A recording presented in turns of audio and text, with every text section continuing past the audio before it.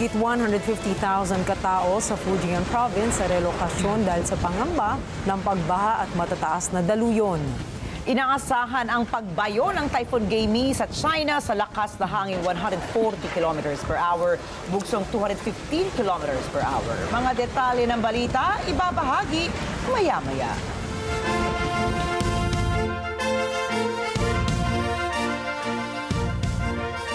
Magandang gabi. Ako po si Ricky Matay. At ako si Nina Russhia-China. Ito ang mata ng Agila International. Para naman sa mga headlines ngayong Biyernes ng gabi. Philippine Coast Guard sinimula ng operasyon para kontrolin ang oil slick sa Bataan. Estados Unidos handang magbigay ng tulong sa Pilipinas para sa mga nasalanta ng kalamidad. Russia at China sinimulan na ang maritime patrol sa Pacific Ocean. Israeli Prime Minister Benjamin Netanyahu at US President Joe Biden pag-uusapan ng isang ceasefire para sa Gaza region. And official anthem at ilang palaro inilabas para sa 2024 Paris Olympics.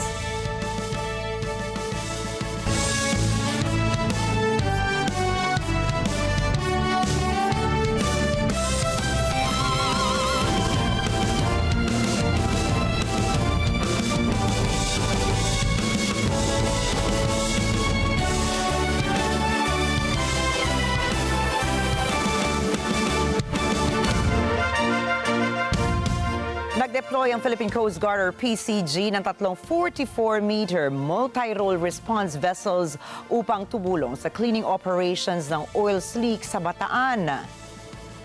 Ayon kay PCG Commandant Admiral Ronnie Hilgavan, maglalagay ng oil dispersant sa mga response vessels upang mabawasan ang epekto ng oil slick sa mga yamang dagat.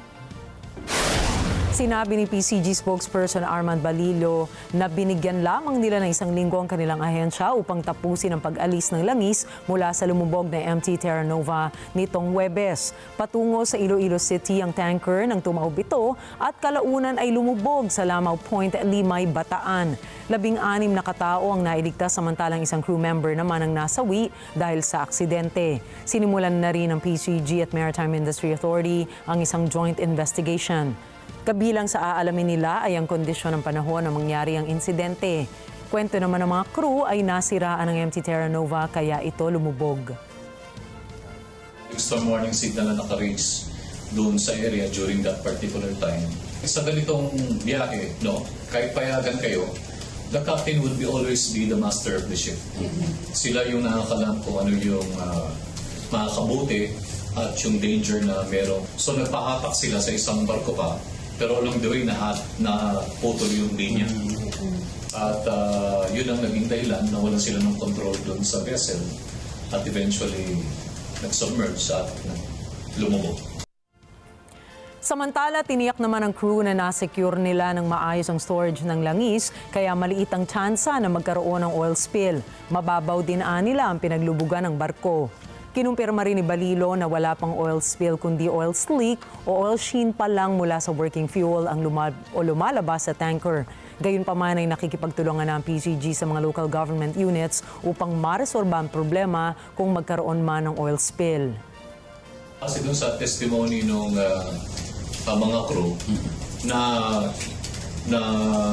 secure naman nilang mabuti yung mga hatch bag na saraduan bago sila nag-abandon ship. Possibly National Capital Region hanggang Paranaque, Navotas, itong Manila, Bulacan, saka Pampanga. So we are coordinating with the local government units of these areas. Plus, dinispatcha natin yung mga personnel natin para monitor. Okay? Just to prepare.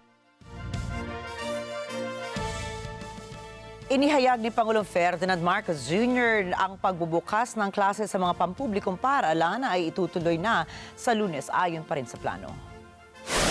Inatasan ni Pangulong Marcos ang Department of Education o DepEd na gawin ang lahat ng makakaya nito upang ipagpatuloy ang klase sa July 29.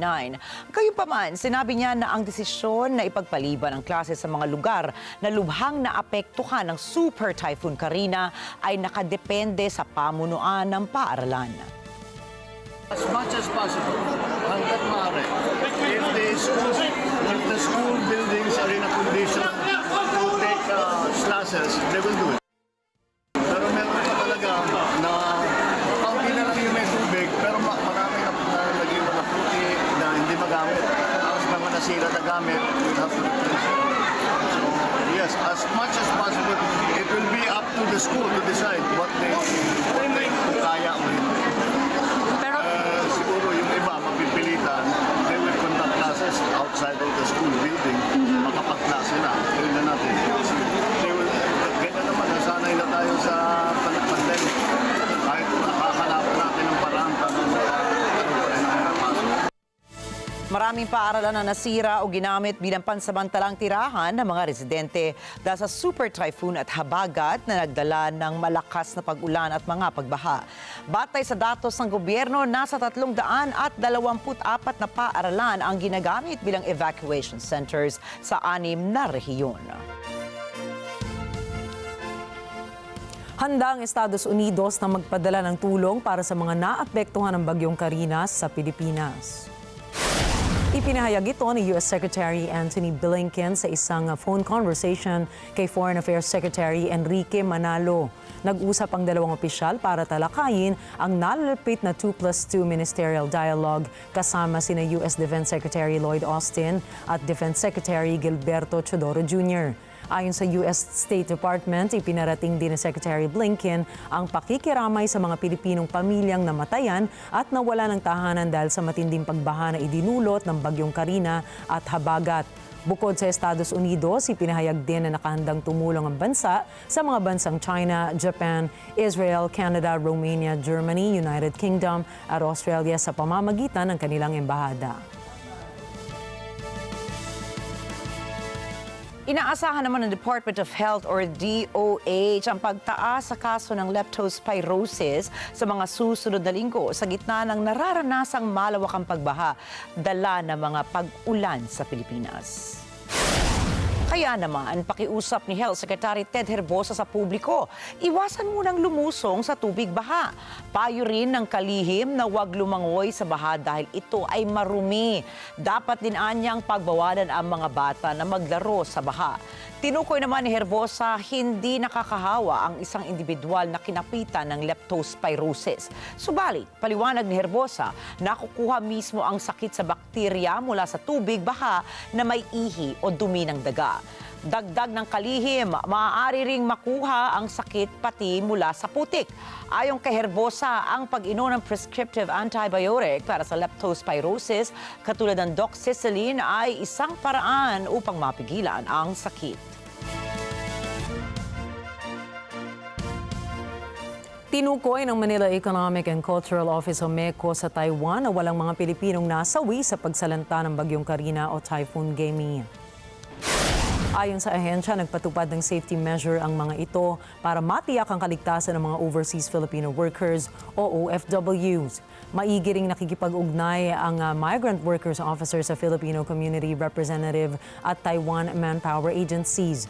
Ito ay para paalalahanan ng mga ito na iulat ang anumang insidente na may kinalaman sa epekto ng bagyo. Kasalukuyang binabantayan ng Pag-asa ang panibagong low pressure area o LPA na namataan sa bahagi naman po ng Mindanao. Batay sa 4 p.m. advisory ng Weather State Bureau, namataan ang LPA sa layong 900 kilometers silangan ng Southern Mindanao. Gayunpaman, ang habagat ang nagdadala ng paminsan-minsang pag-ulan sa Ilocos Region, Batanes, Babuyan Islands, Zambales at Bataan. Habang kalat-kalat na pag-ulan ang nararanasan ng Cordillera Administrative Region, Tarlac, Pampanga, Metro Manila, Visayas at natitirang bahagi ng Luzon. Nakararanas din ng mga panandali ang pag-ulan sa Mindanao dahil naman sa localized thunderstorm. Asahan naman ang rollback sa presyo ng produktong petrolyo sa susunod na linggo. Batay sa 4 na araw na pagtataya ng Department of Energy Oil Industry Management Bureau, posibleng bumaba ng 70 sentimos hanggang 95 ang presyo ng kada litro sa gasolina at diesel. Ang kerosene ay nasa 80 hanggang 70 sentimos ang bagsak sa kada presyo o kada litro nito. Susunod, libo-libong tao sa China inilikas dahil sa bagyong Gaming. Trump nagsampa ng reklamong violation of campaign finance laws laban kay Biden at Harris. At Biden at Netanyahu nagpulong na sa White House. Yan at iba pang mga balita sa pagbabalik ng Mata ng Agila International.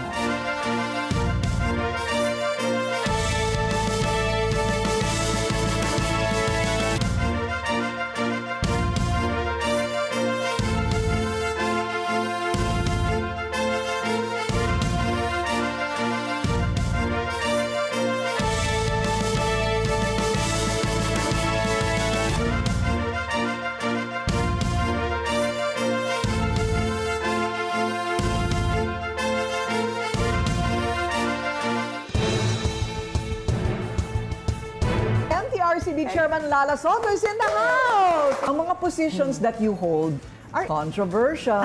Hindi pwedeng mahina yung loob mo. Pinasok mo ito, handa ka na doon. Handang-handa. I will always stand by my decision. I don't expect a lot of people to like me. You grew up with stars. Sino sa kanila ang strict? When I was in high school, I felt like, bakit yung classmates ko pwede? Oo. Sa'yo, hindi. So ano yun, panay takas? Mahilig kami tumakas ni Shara. Middle child syndrome? Yes! Si Shara, growing up, gigil na gigil talaga ako kasi nagsaselos ako. I was so mean to her. I'm just really malambing as a child. So no regrets? No, not at all. Panoorin niyo ang ngiti ni Chairperson Lala. Kung balak niyo siyang awayin because of her ratings, I know. make my day. Oh, sabi niya, di ba? Let's get together. Sunday 25.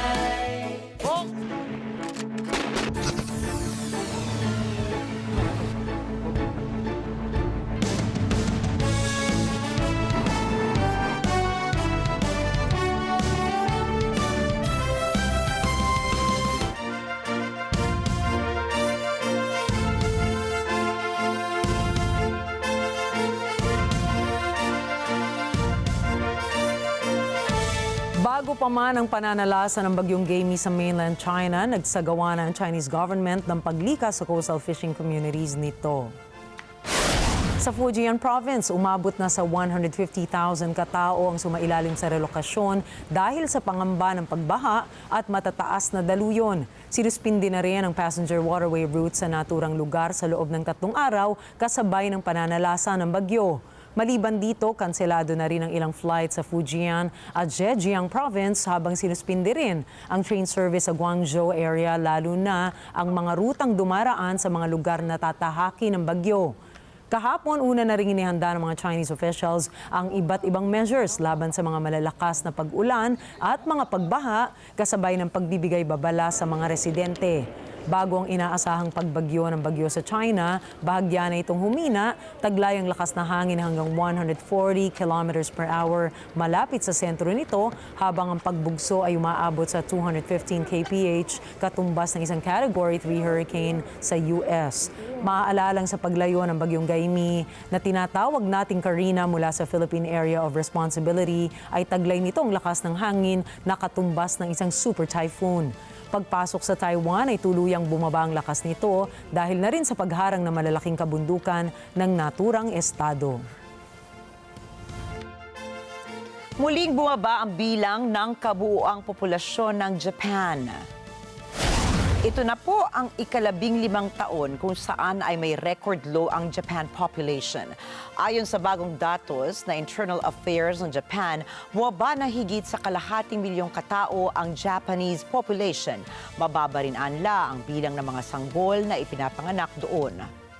700,000 sanggol ang ipinanganak sa Japan, samantalang 1,580,000 naman ang namatay sa kanila noong nakaraang taon. Nitong Enero ay tinatayang nasa 124 na milyon at 900,000 lamang ang populasyon sa Japan. Naglaan ng 34 na bilyong dolyares ang Japan upang bigyan ng incentives ang mga mag-asawa na magkaroon ng maraming anak. Kabilang narito ang child care and education budget sa bawat lumalaking bilang ng pamilya. Nagbabala ang National Cybersecurity Center o NCSC ukol sa Andariel, isang grupo ng North Korean hackers. Sinabi ng NCSC na nagsasagawa ang Andariel ng isang global cyber espionage operation at ito ay katunayan lamang na determinado ang North Korea na ipagpatuloy ang kanilang military at nuclear programs. Anila, hinak ng Andariel ang Defense, Aerospace, Nuclear at Engineering Agency sa South Korea, UK at Estados Unidos. Maging mga ospital at healthcare organizations ay hinak din ng nasabing grupo upang makakuha ng pera at mapondohan ang kanilang pag-iespiya. Handa namang magbigay ng 10 milyong dolyares ang Estados Unidos sa sino mang makapagbibigay ng impormasyon upang maaresto sa miyembro ng Andariel na si Rim Jong-yok. Nagsimula na ang kauna-unahang joint patrol sa North Pacific Ocean ng Russia at China, kabilang na po rito ang Bering Sea na malapit sa karagatan ng Alaska. Ang dalawang bansa ay makailang ulit na nagsagawa ng joint patrol sa mga nagdaan at regular na lumilipad ang bombers ng Russia sa Bering Sea. Ito ang unang pagkakataong nagsama ang dalawa sa North Pacific area. Nilinaw ng dalawang bansa na wala silang anumang target sa nasabing operasyon.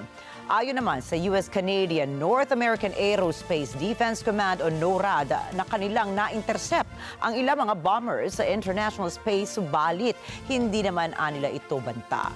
Pinuna naman ni Alaskan Senator Lisa Murkowski na ang pagyayari at sinabing isa itong provocation.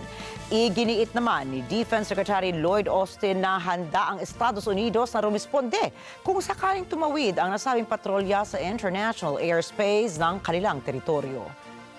And if it happens again, if there's any kind of challenge from any direction, I have every confidence that NORTHCOM and NORAD will be at the ready and will be able to intercept. As to whether or not our adversaries are testing us at this particular time, they're always testing us, and that's no surprise to any of us. We see activity in the north on a number of occasions, and we are always at the ready to address that activity. Iginiit naman ng China na walang kinalaman ang kanilang operasyon sa nagaganap na international and regional situation. 根据中俄两军年度合作计划，7月25日，双方在白令海相关空域组织联合空中战略巡航。这是自2019年以来两军组织的第8次空中战略巡航，进一步检验提升两国空军协作水平，深化两国战略互信和务实合作。此次行动不针对第三方。 符合相关国际法和国际实践，与当前国际和地区局势无关。 Ibinahagi ng Russia ang isang video noong Biyernes kung saan isang Russian ang nagsabing siyang nagpasabog ng sasakyan ng isang opisyal ng militar sa Moscow. Sinabi ng Russian Ministry of Internal Affairs na 2 tao ang nasugatan sa pagsabog at isang criminal case ang isinampa. Matapos ang ilang araw, natagpuan at dinakip ng Turkiye ang suspect matapos itong lumipad mula sa Moscow. Ayon sa Federal Security Service ng Russia, ang lalaking pinangalan ng Yevgeny Serebriakov ay dinala mula Turkiye pabalik sa Russia at ipinasa na sa mga investigador. Inamin ni Serebriakov, gumawa siya ng isang homemade bomb sa kahilingan ng kanyang Ukrainian handler at inilagay ito sa ilalim ng sasakyan ng isang opisyal ng militar. Sinabi rin niya na ipinangako sa kanyang Ukrainian citizenship at $10,000 hanggang $20,000 bilang gantimpala para sa kanyang ginawa. Magpapasya na sa linggo ang mga botante sa Venezuela kung i-re-elect nila si President Nicolas Maduro o bibigyan pa ng pagkakataon ang oposisyon na solusyonan ang mga problemang dulot ng Pangulo.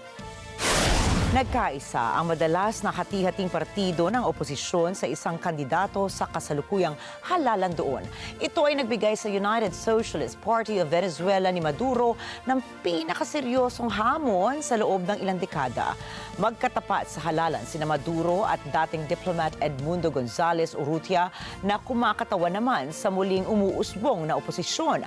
Ang mga taga-suporta ni Maduro at Gonzales ay nagmarka ng pagtatapos ng opisyal na na kampanya noong Huwebes sa pamamagitan ng malalaking demonstrasyon sa kabisera ng Caracas. Sa mga nakaraang taon, ipinagbabawal ni Maduro ang makipaglaban sa kanya sa halalan. Subalit sa pagkakataong ito, pinayagan niya ang Unitary Platform, ang koalisyon ng mga pangunahing partido ng oposisyon na lumahok sa halalan. Nagsampa ng mga bagong kaso si Special Counsel Jack Smith laban kay Donald Trump, dating Pangulo ng Estados Unidos. Ang mga bagong asunto na ito ay may kinalaman sa classified documents case ni Trump.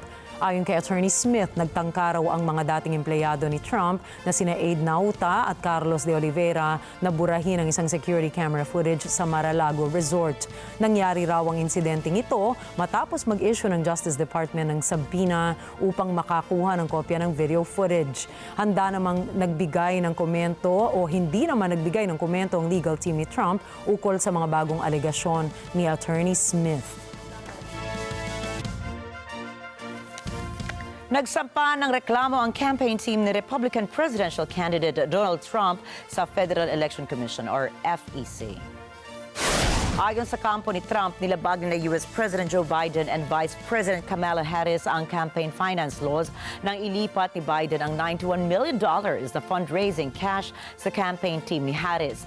Paliwanag ni David Warrington, General Counsel para kay Trump, ay dapat nagsumite si Harris ng Statement of Candidacy kung tatakbo ito sa pagkapresidente ngayong taon.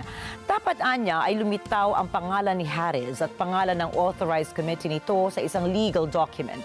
Subalit, ang ginawa raw ni Harris ay pinalitan lamang ang pangalan ni Biden bilang kandidato sa pagkapangulo sa Form 2. Itinilaga rin ni Harris sa Form 2 na principal campaign committee niya ang Biden for President, subalit binago niya rin daw ito. Ang mga ginawa umano ni Harris ay violation ng campaign finance laws. Sinabi naman ng Harris campaign na walang basihan ang kasong isinampa ng grupo ni Trump. Maaaring naiinggit lamang daw ang Republicans dahil masigasig ang mga Democrats na talunin si Donald Trump sa November elections. Nagsalita naman si US Vice President Kamala Harris sa Houston, Texas sa convention ng American Federation of Teachers. Doon sinabi niyang tunay na madamdamin ang Oval Office speech ni President Joe Biden. Binatikos naman niya ang kalabang si Donald Trump at ang anyay mga extreme allies nito. Si Myla Simbulan para sa report. Poignant o madamdamin. Yan ang paglalarawan ni Vice President Kamala Harris sa Oval speech ni Pangulong Biden noong Miyerkules. Last night, our president addressed the nation, and he showed once again what true leadership looks like. He really did. His words were poignant. Dagdag pa ni Harris, namuno si Biden ng matikas at malakas, may malinaw na bisyon at malalim na pakikipagkapwa. Binanggit din nito ang pahayag ni Biden na sa susunod na 6 na buwan, patuloy nitong ipaglalaban ang sambayan ng Amerikano. And over his entire career, Joe has led with grace and strength and bold vision and deep compassion. And as he said, that's right. And as he said, in the next 6 months, he will continue to fight for the American people. And I know we are all deeply, deeply grateful for his continued service to our nation. Binilikan ni Harris ang pag-atake nito sa kalabang si Donald Trump at mga kaalyado nitong tinawag niyang extreme. Anya, plano ng Project 25 ni Trump na ibalik ang Amerika sa madilim na nakaraan. Project 2025 is a plan to return America to a dark past. Donald Trump and his extreme allies want to take our nation back to failed trickle-down economic policies, back to union busting, back to tax breaks for billionaires. Myla Simbulan para sa mata ng Agila International. Trusted, connected, on point. Pagkatapos magpulong ni na Pangulong Joe Biden at Prime Minister Benjamin Netanyahu sa White House, sumunod naman na nagharap ang Israeli leader at si US Vice President Kamala Harris. Malinaw ang mensahe ni Harris kay Netanyahu. Anya, hindi ito mananahimik ukol sa pagdurusa ng Gaza. Pearl Rogasyon para sa report. Naghudyat ng pagbabago ukol sa US Gaza policy si Vice President Kamala Harris noong Huwebes nang magkita sila ni Prime Minister Benjamin Netanyahu. Iginiit ni Harris na sarhan na ang usapan ukol sa kapayapaan sa Gaza. Anya, hindi siya mananahimik sa harap ng pagdurusa ng mga taga-Gaza.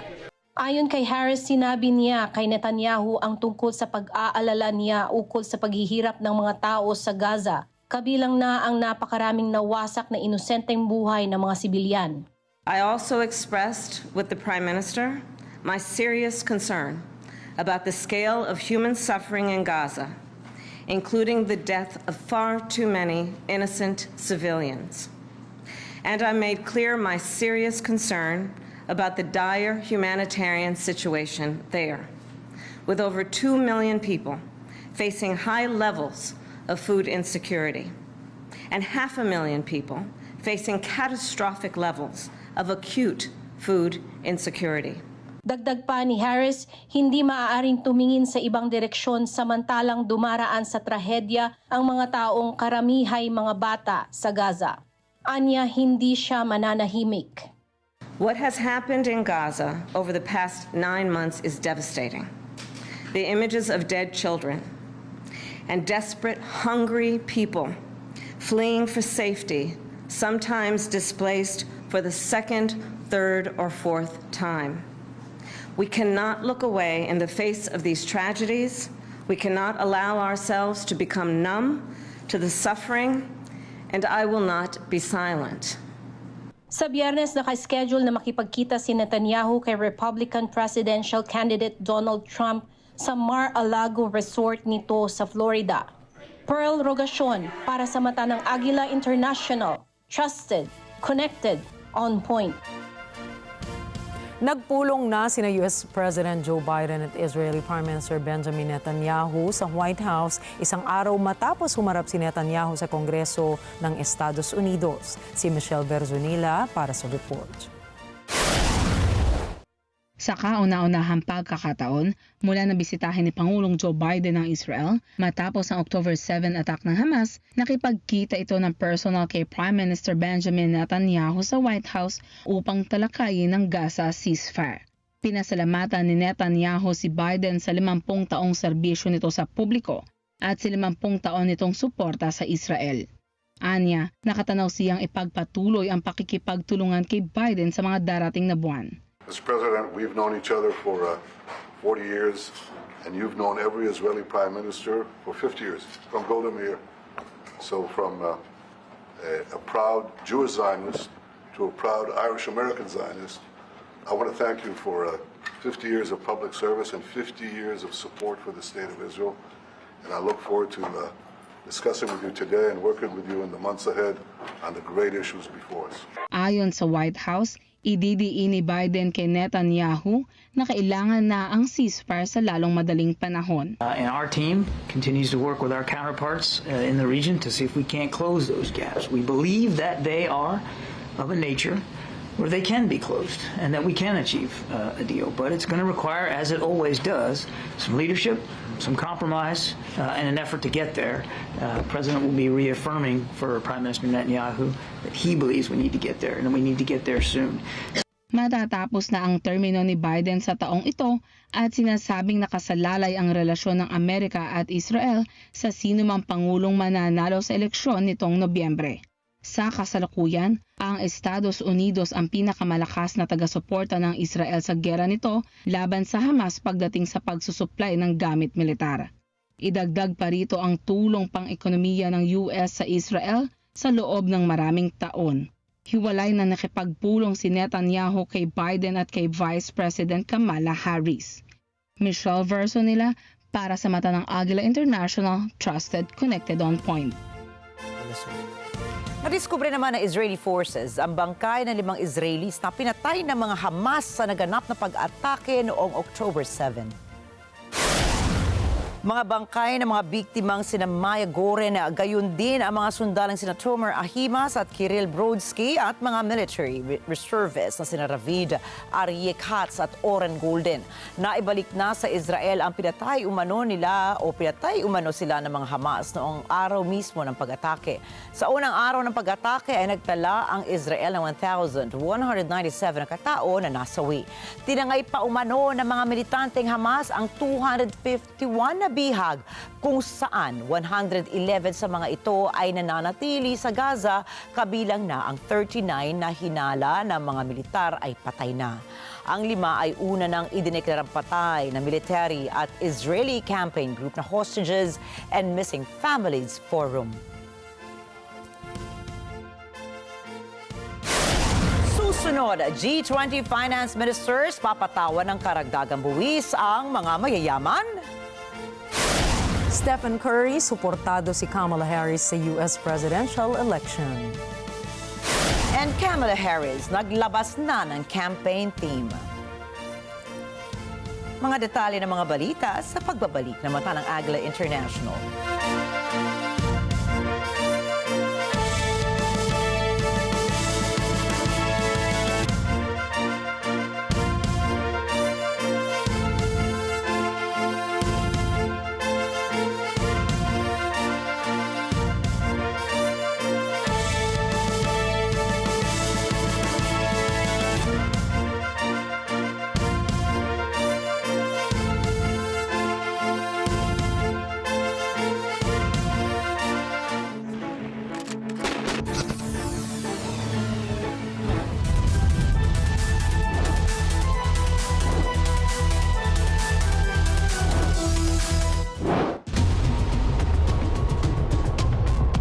Pananalasa ng Super Typhoon Karina at Habagat muling sumubok sa katatagan ng mga Pilipino. Libu-libong pamilyang apektado ng malawakang pagbaha nirespondihan. Sana matulungan niyo lang po kami. Wala talaga natira. Mahirap po ang kalagayan namin ngayon.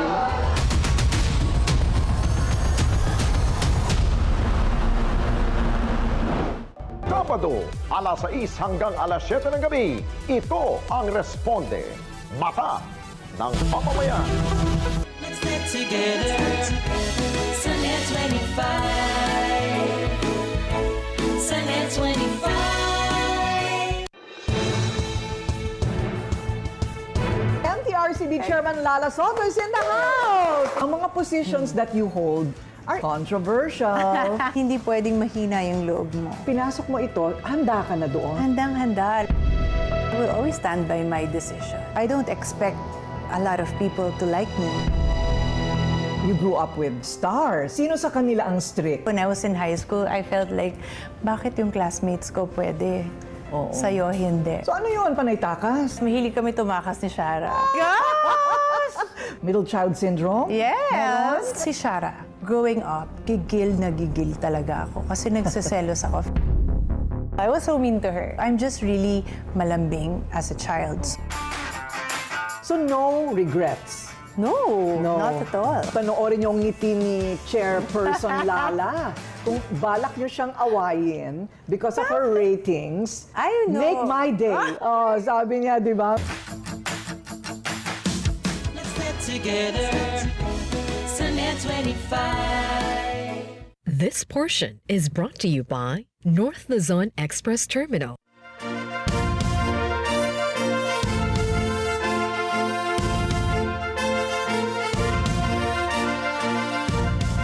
Namataan ang pag-asa noong Hulyo 19 sa layong 78 kilometers silangan ng Virac, Catanduanes, si Tropical Depression Karina na magdudulot pala ng malawakang pagbaha at landslide sa Luzon area sa mga susunod na araw. Hulyo 22 nang naging typhoon si Karina na magpapalakas sa southwest monsoon o hanging habagat sa ating bansa. Namataan po ito ng State Weather Bureau sa layong 420 kilometers silangan ng Tuguegarao City, Cagayan, dakong alas 4 ng hapon. May lakas ito na 120 kilometers per hour at bugsong 150 kilometers per hour. Hulyo 24 nang nagsimula ang malakas at walang tigil na pagbuhos ng ulan sa Luzon area. Dahilan para isilalim ang buong Metro Manila sa state of calamity. Kasama ring nagdeklara ng state of calamity ang lokal na pamahalaan ng Batangas, Cavite, Bulacan, Bataan at Oriental Mindoro dahil din sa paghagupit ng Bagyong Karina at Habagat. Kahit nakalabas na ang Bagyong Karina sa Philippine Area of Responsibility, ay nadagdagan ang mga lugar na isinailalim sa state of calamity sa Mindanao. Kasama rito ang mga bayan ng Kabakan at Pikit sa Cotabato, kasama ang mga barangay Nuwing, Balangunan, Quiapo, Butuan, Molmol at San Isidro sa Jose Abad Santos, Davao Occidental. Ang pagdeklara ng state of calamity ng gobyerno ay isang paraan upang makakuha ng pondo ang pamahalaan upang magamit sa agarang pag-deliver ng mga mahahalagang serbisyo. Katulad po nito ay ang healthcare, rescue at paghahatid ng basic na pagkain sa mga nasalanta ng kalamidad. Magugunita sa mismong araw ding ito, umakyat sa third alarm o lagpas 20 meters ang level ng tubig sa Marikina River. Agad na sapilitang inilikas ang mga residente sa Marikina bilang tugon sa posibleng pag-apaw ng naturang ilog. Hulyo 24 rin ng ilang beses na narinig ang tunog na ito.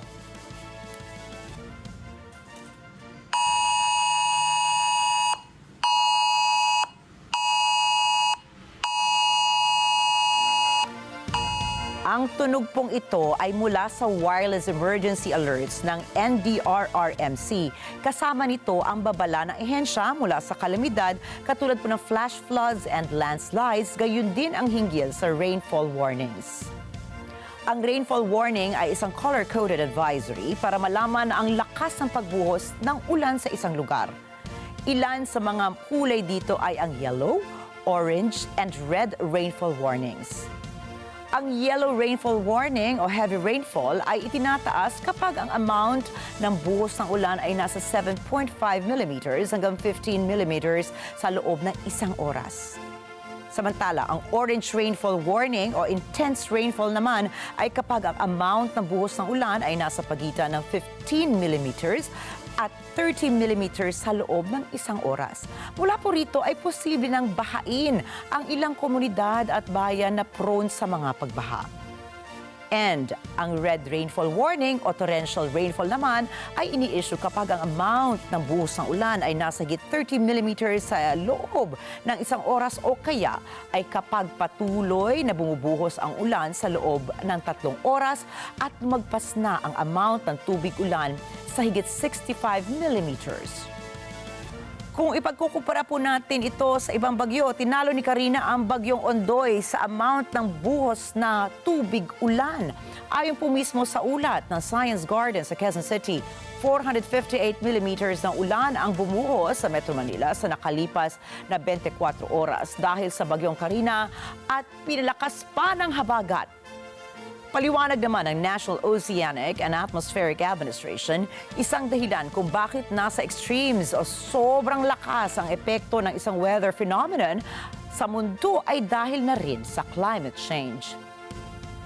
Ayon sa Oxford Dictionary definition ng climate change are changes in the Earth's weather, including changes in temperature, wind patterns, and rainfall, especially the increase in the Earth's atmosphere that is caused by the increase of particular cases, especially carbon dioxide. Tinukoy naman ni Pangulong Ferdinand Marcos Jr. na sa panahon ng Bagyong Karina ay mas marami ang binaha kaysa noong Bagyong Ondoy. Mas marami anya ang mga flood control system sa bansa kaysa noon. Maraming nabaha na lugar kaysa panahon ng Ondoy. Mas marami tayong flood control ngayon kaysa noon. Pero climate change, this is what the effects of climate change are. What we have seen is that one of the most important parts that nagka-problema was that navigation gate that we went to na nasira because binangga ng isang barko basta hindi sumunod sa instruction. Sinira niya. That is why the Botas is still 80% underwater. Malabon, the same. Valenzuela also. So we have to really look into that sort of thing. Yung pumping stations natin, marami na. Yun, nagka-problema lang. Sana matuto naman ng tao, huwag kayong magtatapon ng basura dahil yung basura yun ang nagbara doon sa mga pump natin. Kaya hindi kasing effective na pwede. Sinabi po ito ni Pangulong Marcos sa kanyang ocular inspection sa Valenzuela, Malabon at Navotas kahapon. Mula rito ay nanawagan si PBBM para sa isang national plan sa pagkontrol sa baha pagkatapos ng mga sakuna ng baha na dulot ng bagyong Karina at southwest monsoon. Ayon pa sa Pangulo, dapat na matukoy kung saan nagmula ang tubig, saan ito dumaan at ano ang mga dapat na gawin. Inihayag din ng Pangulo na hindi maaaring limitado sa 3 hanggang 5 rehiyon lamang ang mga flood control projects, kundi dapat sa buong Pilipinas.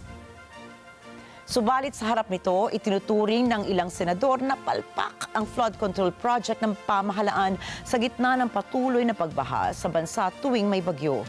Sinabi ni Senador Joel Villanueva na kailangan ng maimbestigahan ang flood control projects ng pamahalaan. Hindi anya katanggap-tanggap na sabihing malakas ang ulan at maraming tubig ang ibinuhos kung kaya't bumaha. Kung kaya, iimbestigahan na po ito sa Senado. Tiniyak naman ni Senator Grace Poe na sa darating na project deliberation ay bubusisiin ng Senado ang flood control project ng Department of Public Works and Highways or DPWH. Sa bahagi naman ng puspusang paghahanda ng ating gobyerno ay humigit kumulang 11.12 billion pesos ang nananatili sa Calamity Fund sa kabuuang alokasyon na 22.736 billion pesos para sa taong ito. Kasama na rito ang carryover na may halaga na 2.236 billion pesos mula sa nakaraang taong budget, ayon po yan mismo sa Department of Budget and Management. Ayon kay Budget Secretary Amena Pangandaban, ang budget carryover ay maaaring gamitin para sa iba't ibang disaster relief operations hanggang sa pagtatapos ng taong 2024. Ang naturang pondo ay maaaring gamitin para sa mga serbisyo ng tulong, relief at rehabilitation sa mga komunidad o lugar kasama ang pag-aayos, rehabilitasyon at rekonstruksyon na kaugnay sa panahon ng natural o human-induced calamities. Samantala, kung titignan natin, ang Taiwan, nakahanda rin ito sa pagsalanta ng Karina o Typhoon Gaimi. Bilang tugon dito ay kinansela nito ang war games nito sa paghahanda sa Typhoon Gaimi.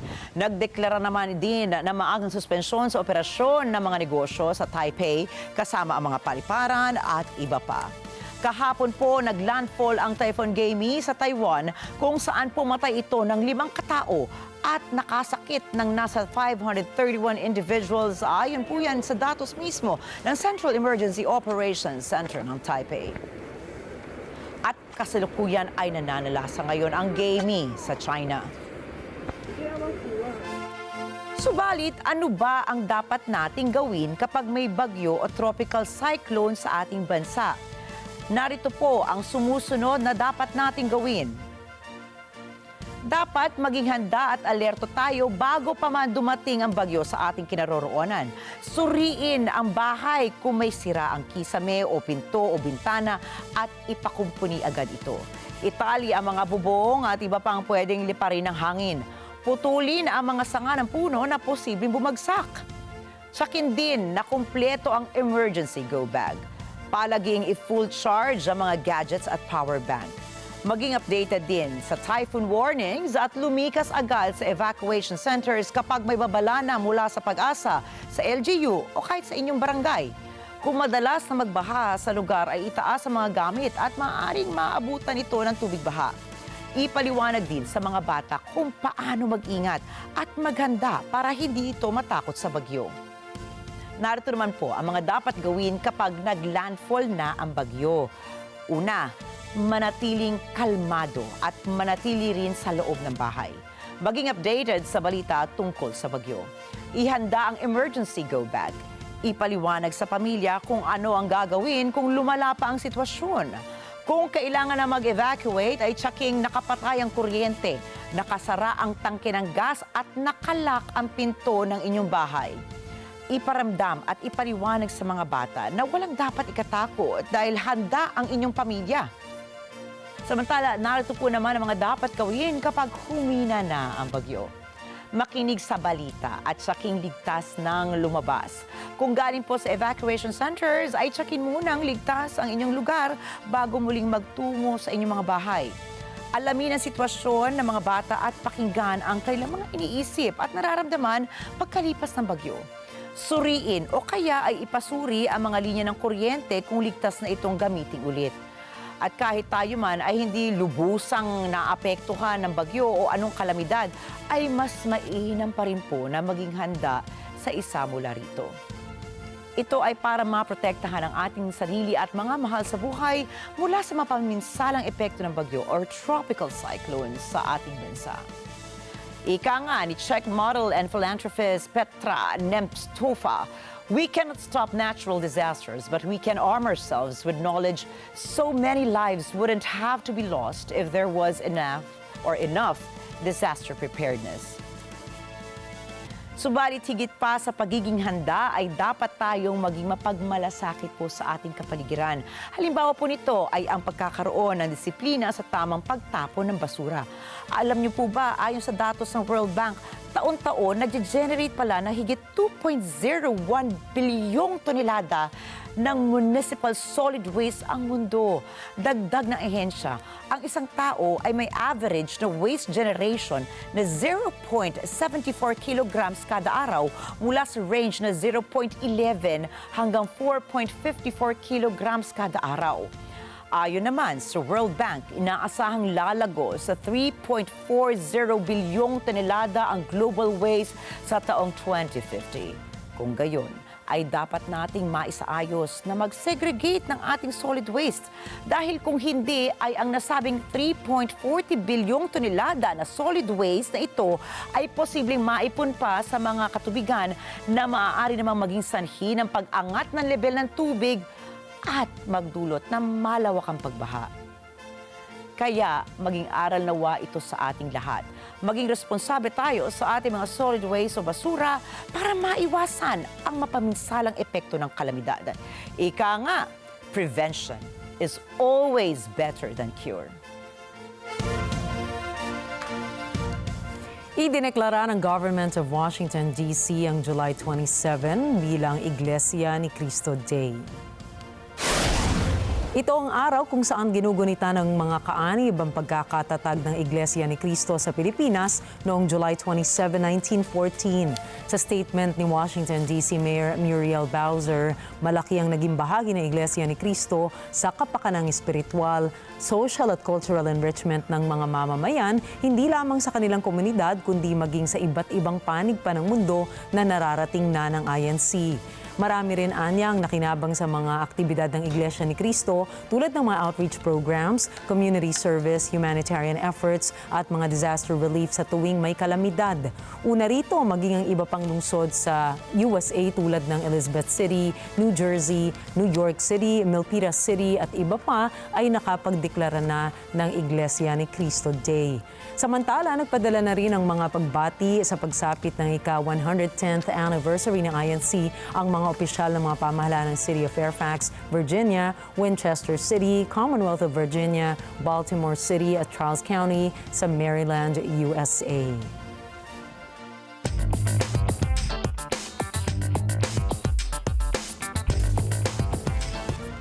Sa pagbubukas ng G20 Summit sa Rio de Janeiro, Brazil, isa sa pinag-uusapan ng mga finance ministers at central bank governors ng member states ay ang pagpapataw ng buwis sa mga labis na mayayaman.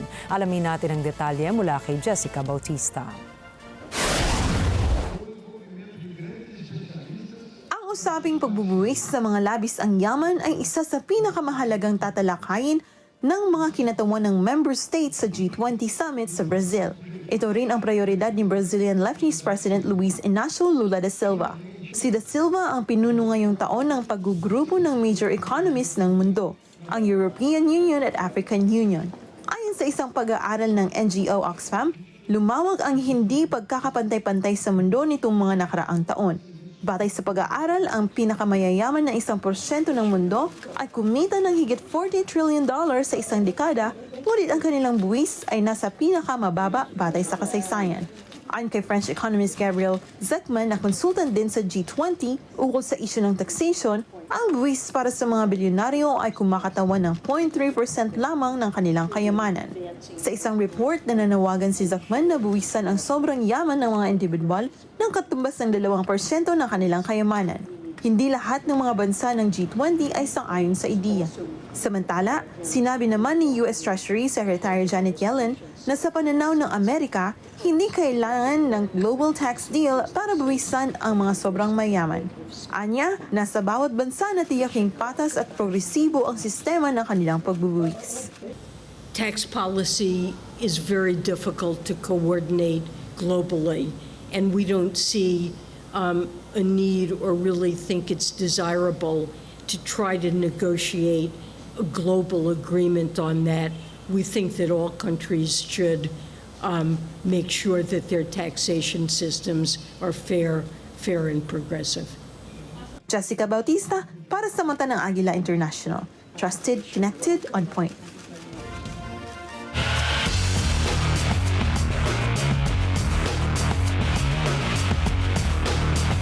Noong Huwebes na nawagan ng hepe ng US Olympic Committee na tapusin na ang awayan sa pagitan ng American anti-doping officials at ng World Anti-Doping Agency. Ito ay matapos ang bangayan ng mga ito. Angela Guzman para sa report.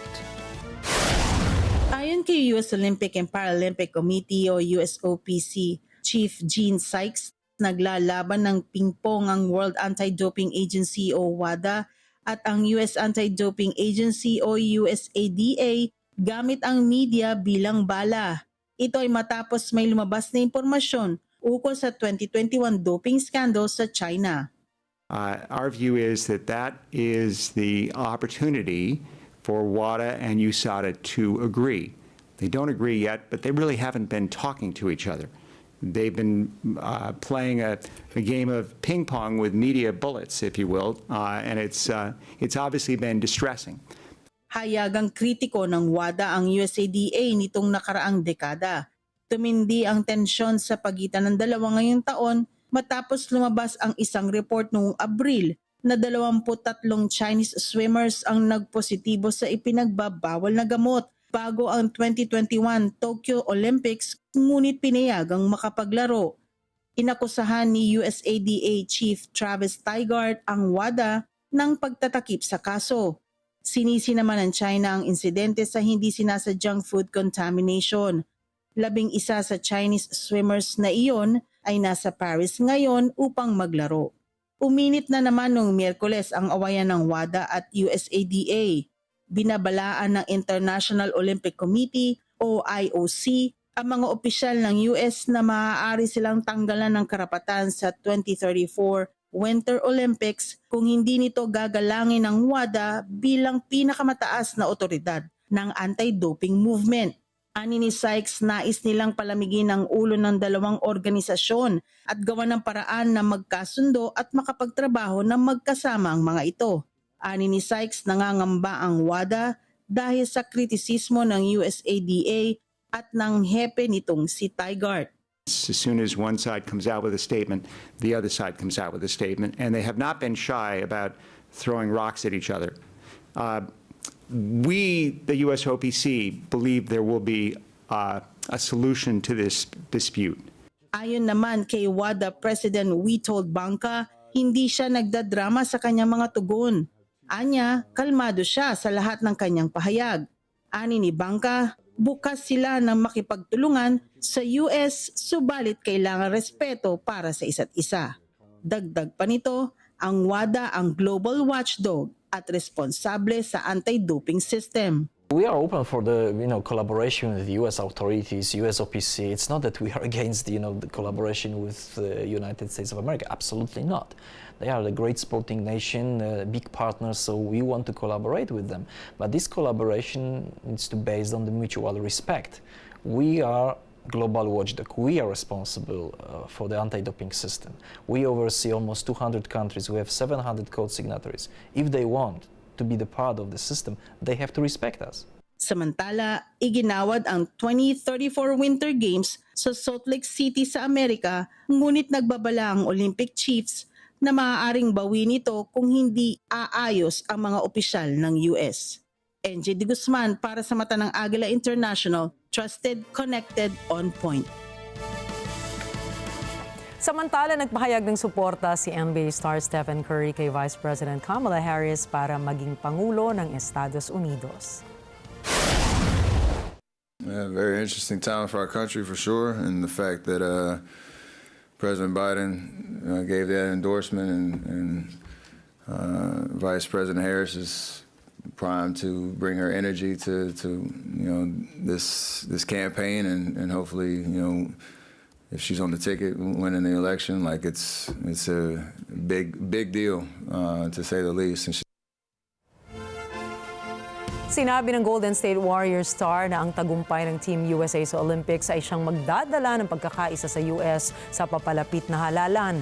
Noon pa man ay naging malapit na kaibigan na ni Curry si Harris na isinilang sa Oakland at matagal ng fan ng nasabing koponan.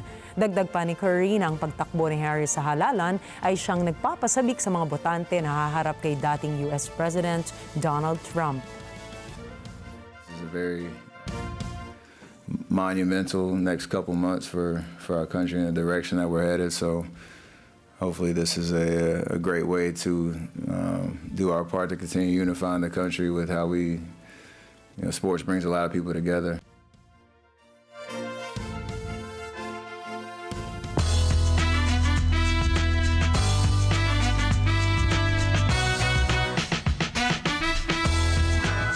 Inilabas na ng company Kamala Harris ngayon ang campaign song nito na nasa himig po ng kanta ni Beyonce, entitled Freedom.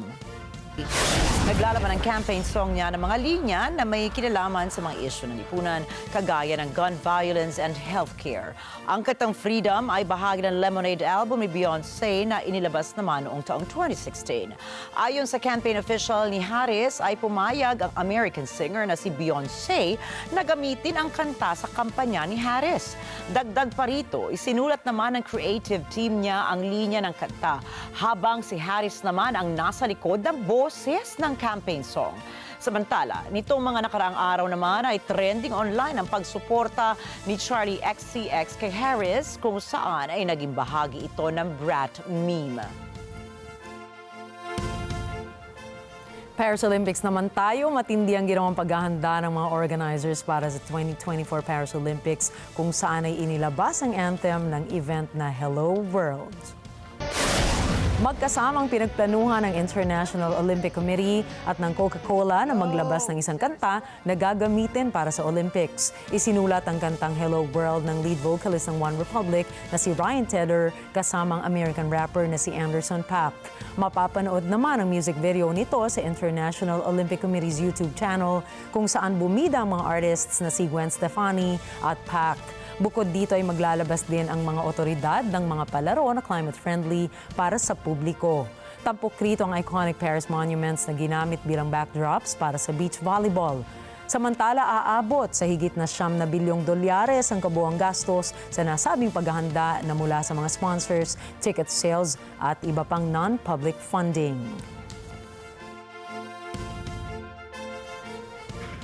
Nako, Ricky, gusto mo bang humabol pa? Lumipad ng Paris? Ayun na nga, sabi ko, parang nakakainganyo. The last time I was there, nagre-ready pa lang sila. Hindi pa tapos yung mga tutuluyan doon na mga atleta. Pero nakakita ko dati, as early as last year, nagtatakbuhan, nagtatrain na yung ibang athletes. Alam mo, France noon. The experience better be worth it for everyone participating, especially the athletes, kasi nakita mo naman kung magkano ang ginastos.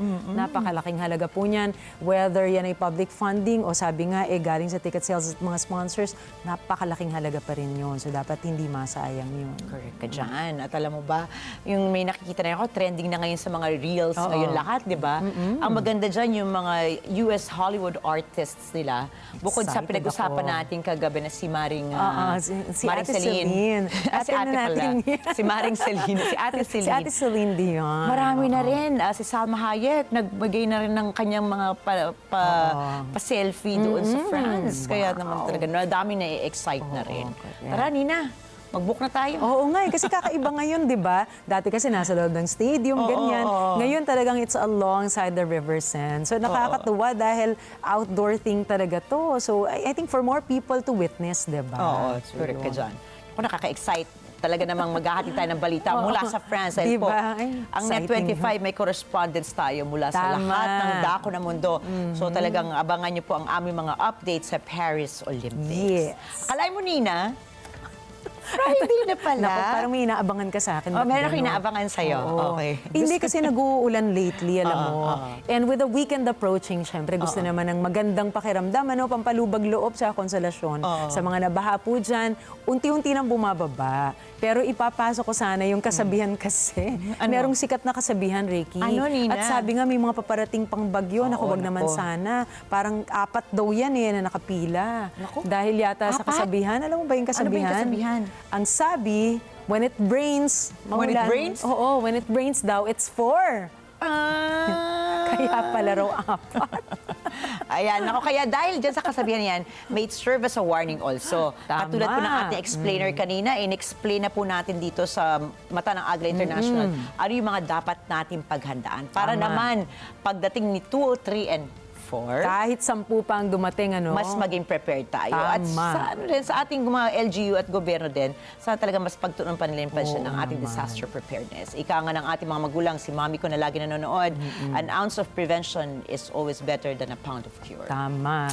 Ayan. At dahil gusto na ng Direct Mads na makita si Miss Alma, dahil nandito na rin si Miss Alma para maghatid ng iba pang balita, kami po muna ni Nina ay magpapaalam ngayon. Pero panandilian lang dahil mula Lunes hanggang Biyernes, tandaan po na narito kami upang maghatid ng balita sa amang dako ng mundo. Subalit ngayon ay weekend, hayaan niyo po kami bumata ng happy weekend. Ako po muli si Ricky Matay. At ako naman si Nina Russhia-China Flores. Kahit na ano ang mangyari, happy weekend pa rin po sa inyong lahat. Manatiling nakangiti sa kabila ng mga pangyayari. Ito ang mata ng Agila International para sa mga balitang nangyari sa iba't ibang panig ng mundo. Punta naman tayo kay Alma Angeles para sa Net25 World News. Take it away, Alma.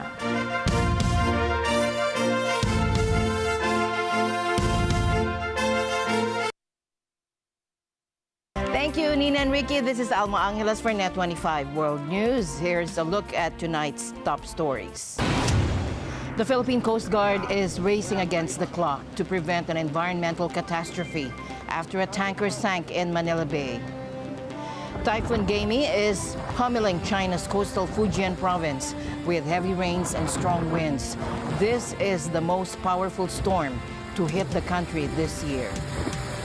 The Paris Olympics are set to open with a spectacular River Seine ceremony, but France's rail network is paralyzed by suspected sabotage. And former U.S. President Barack Obama has endorsed Vice President Kamala Harris for the White House.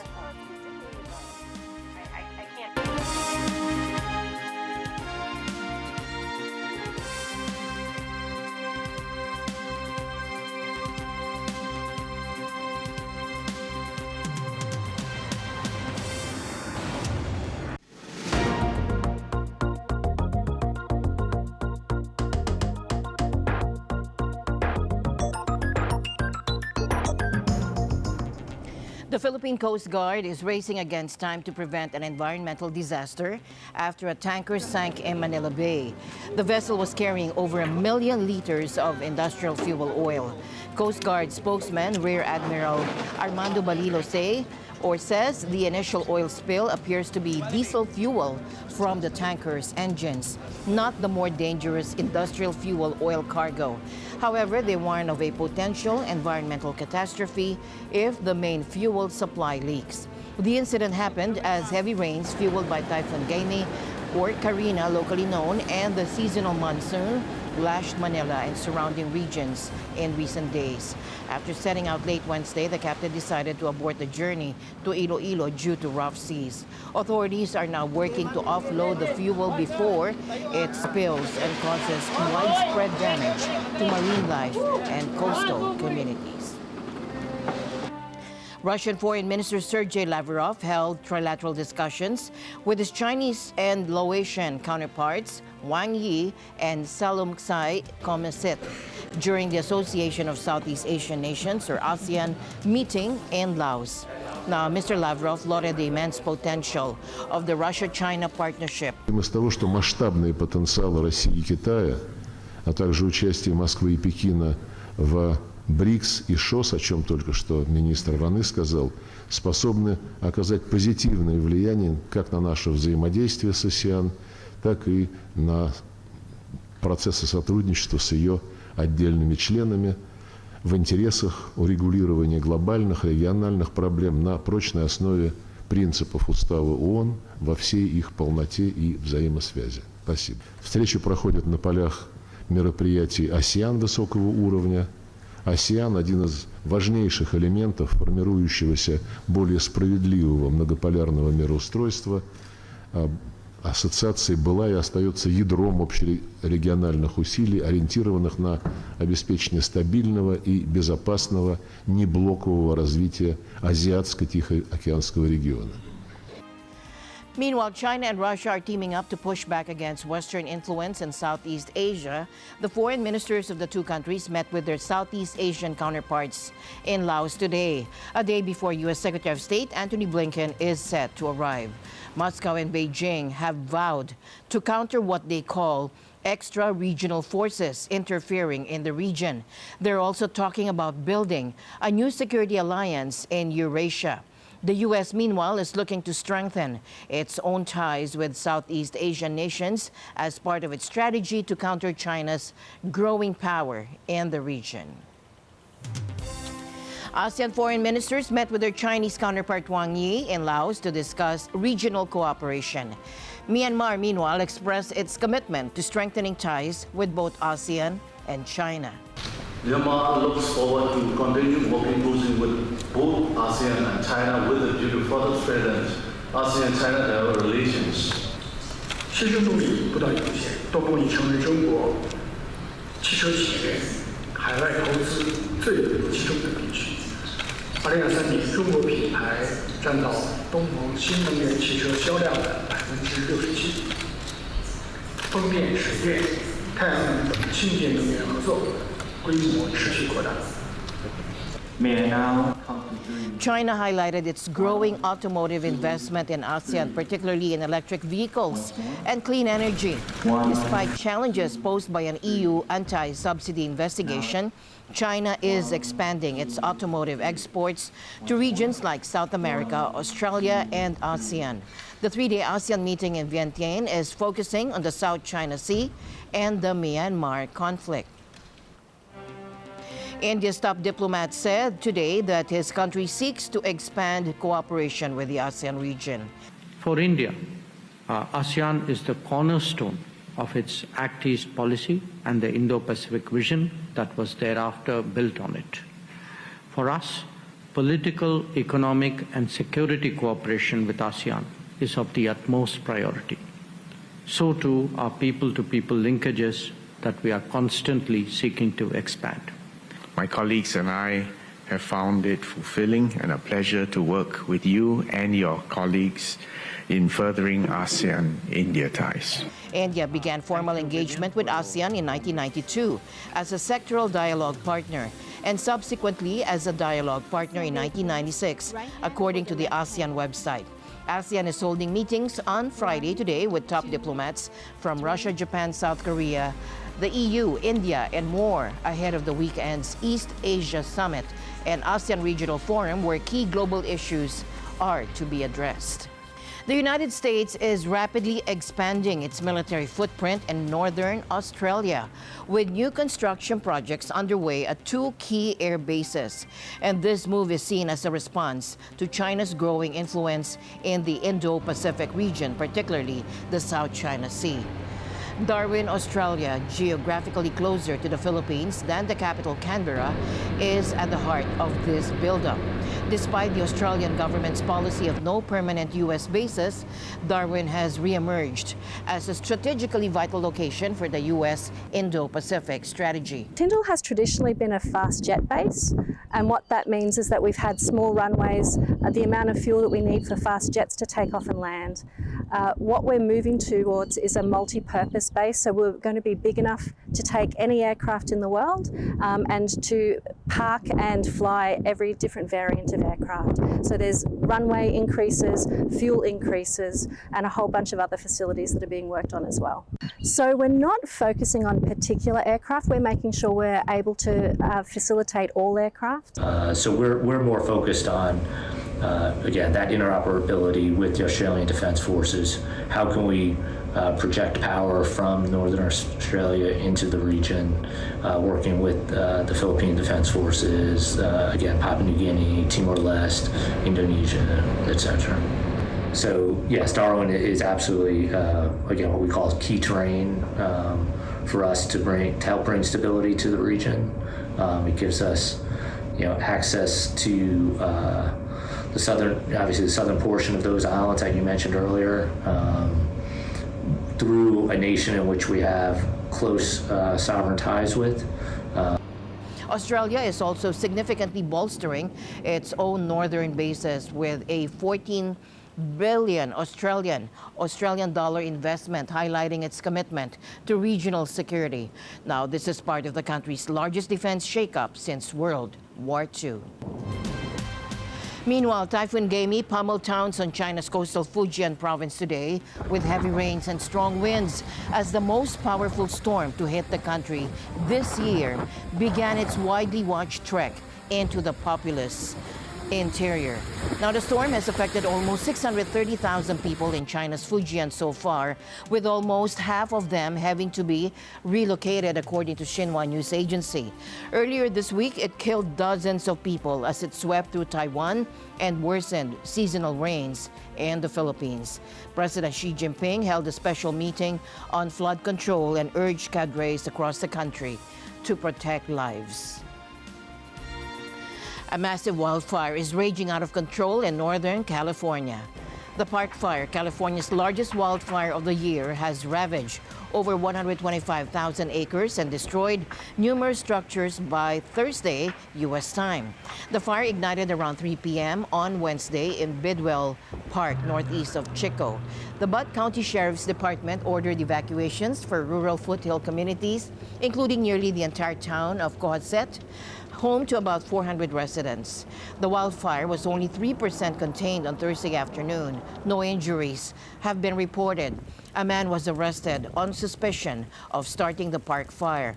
Butte County District Attorney Mike Ramsey said in a statement that the man, Ronnie Dean Stout II, was jailed without bond on a Butte County judge's warrant after he was identified as a person of interest, and he was seen pushing a flaming car into a gully on Wednesday afternoon.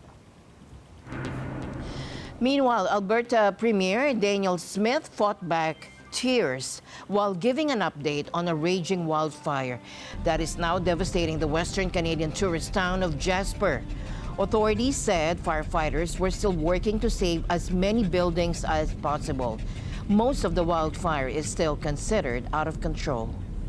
Right now, the wildfire is still out of control, and crews are working in dangerous conditions to try and protect critical infrastructure in the town. We're seeing potentially 30 to 50% structural damage. To give you some idea, I mean, you've seen the images as I have. We don't know particularly which structures have been damaged and which ones have been destroyed, but that's going to be a significant rebuild. Apart from the situation in Jasper, the Municipal District of Bighorn issued an evacuation order for the area east of Highway 40 and west of Ghost Public Land Access Point. A reception center continues to be open to evacuees in Water Valley Community Hall. Alberta currently has over 170 active wildfires burning throughout the province, with more than 50 of these classified as out of control. For many generations, the town of Jasper and the parks surrounding it have been a source of pride. With some of the most beautiful scenery in the entire in the world. Our grandparents visited to experience the majesty of this place with its mountains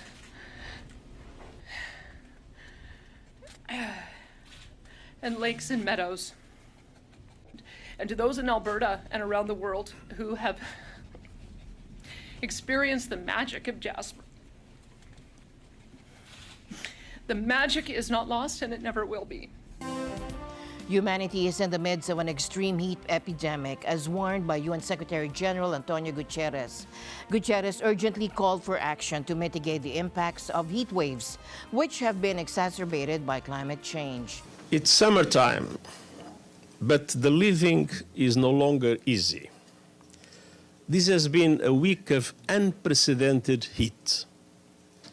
First, the European Union's Copernicus Climate Change Service declared Sunday, July 21st, as the hottest day on record. Then on Monday, July 22nd, the mercury climbed even higher. And now we have just received preliminary data indicating that Tuesday, July 23rd, was in the same range. In other words, this past Sunday, Monday, and Tuesday were the 3 hottest days on record. But let's face facts. Extreme temperatures are no longer a 1 day, 1 week, or 1 month phenomenon. If there is one thing that unites our divided world, is that we are all increasingly feeling the heat. Earth is becoming hotter and more dangerous for everyone, everywhere. Billions of people are facing an extreme heat epidemic, wilting under increasingly deadly heat waves, with temperatures topping 50 degrees Celsius around the world. That's 122 degrees Fahrenheit and halfway to boiling. This year, we have seen a deadly heat wave hit the Sahel, with spiking hospitalizations and death, and broken temperature records across the United States, reportedly placing 120 million people under heat advisory warnings. Scorching conditions have killed 1,300 pilgrims during Hajj, shut down tourist attractions in Europe's sweetbox cities, and closed schools across Asia and Africa, impacting more than 80 million children. Of course, summer heat is as old as the hills, but the World Meteorological Organization, the Intergovernmental Panel on Climate Change, and others have documented a rapid rise in the scale, intensity, frequency, and duration of extreme heat events. And it comes against a background of ever-rising temperatures, with June officially the 13th consecutive month to break global temperature records.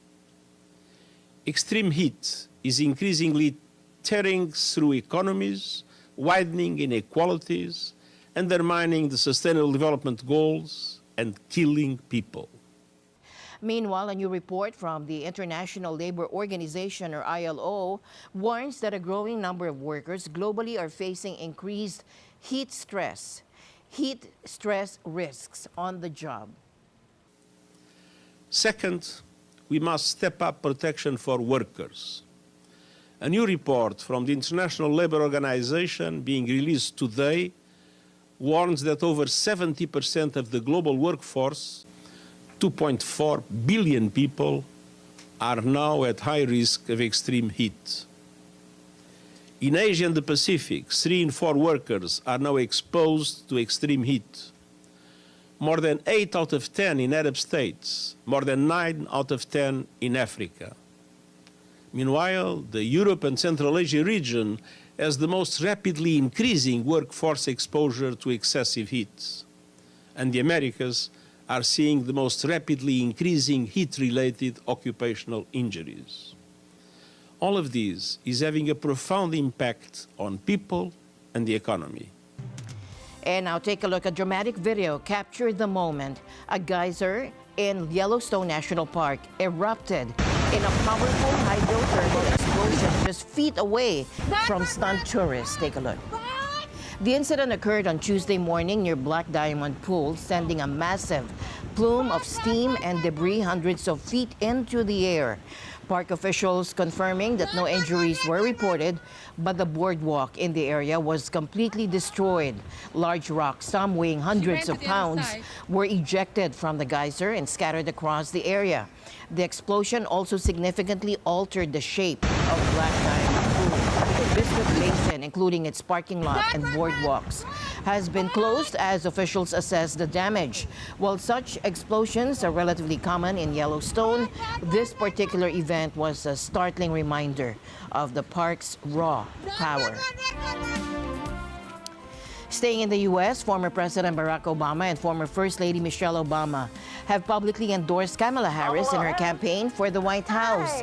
This endorsement, which was revealed on the morning of July 26 through a video where Harris is seen accepting a call from the Obamas. Kamala! Hello.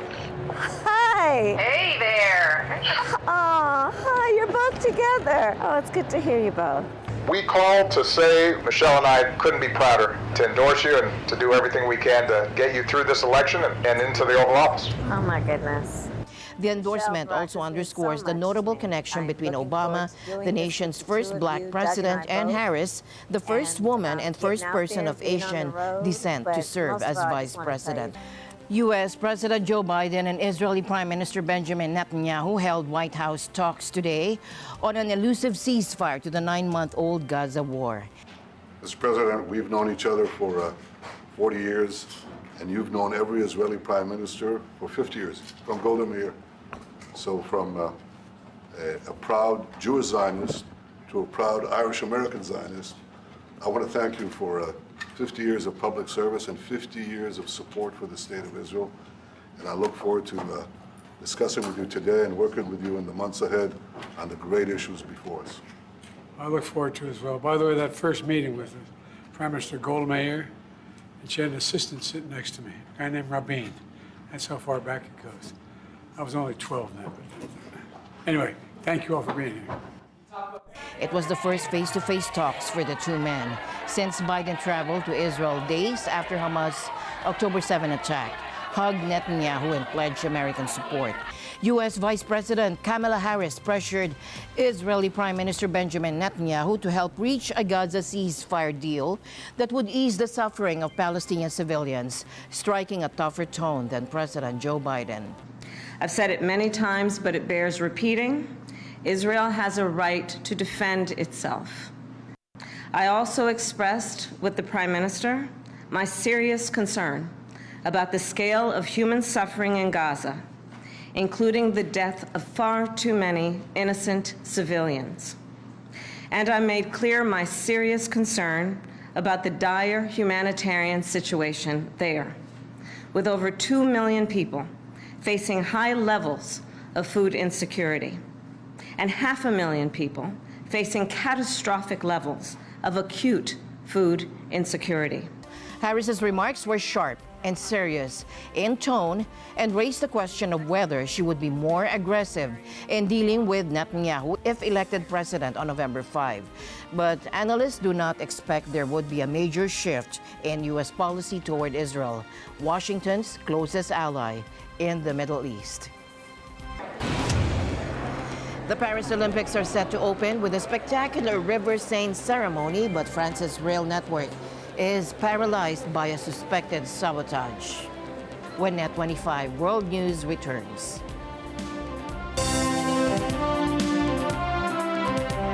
Get ready to indulge in a world of pure chocolate bliss. Join us as we journey to the heart of the Philippine chocolate industry and discover Malagos chocolate from tree to bar.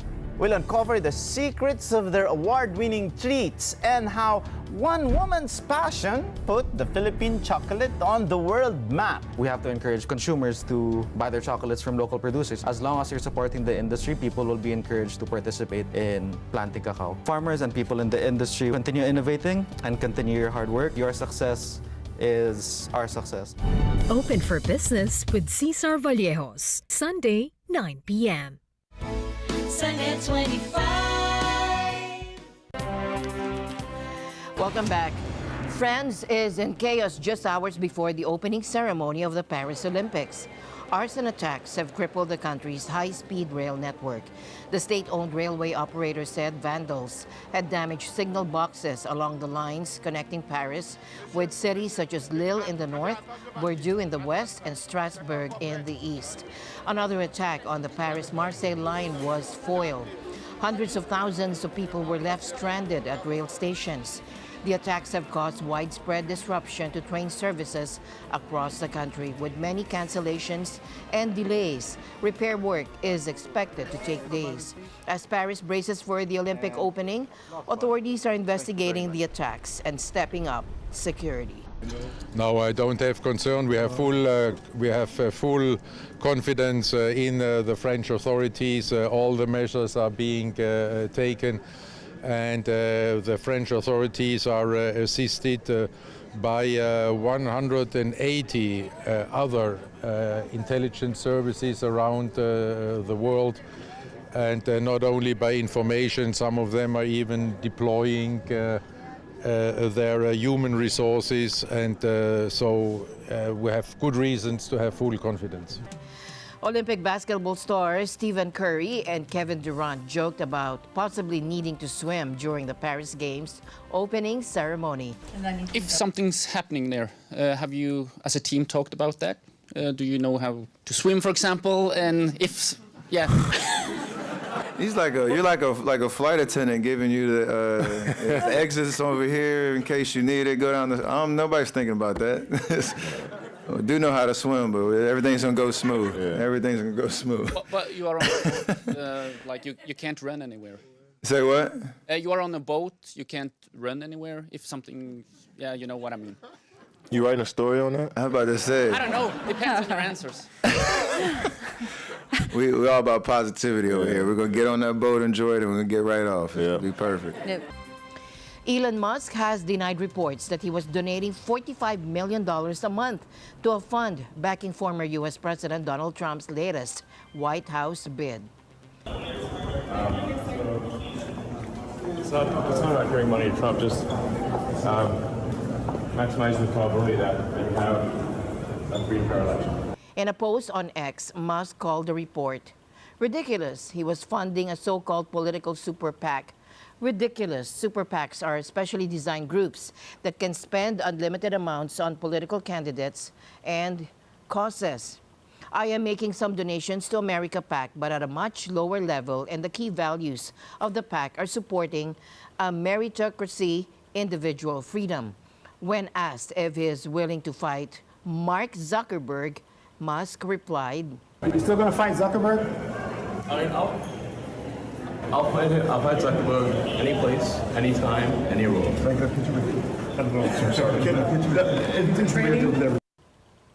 Musk challenged Zuckerberg to a cage fight last June, which initially seemed like a joke. However, when Zuckerberg accepted, the banter escalated and Musk proposed a Vegas octagon match, but later suggested a charity live stream.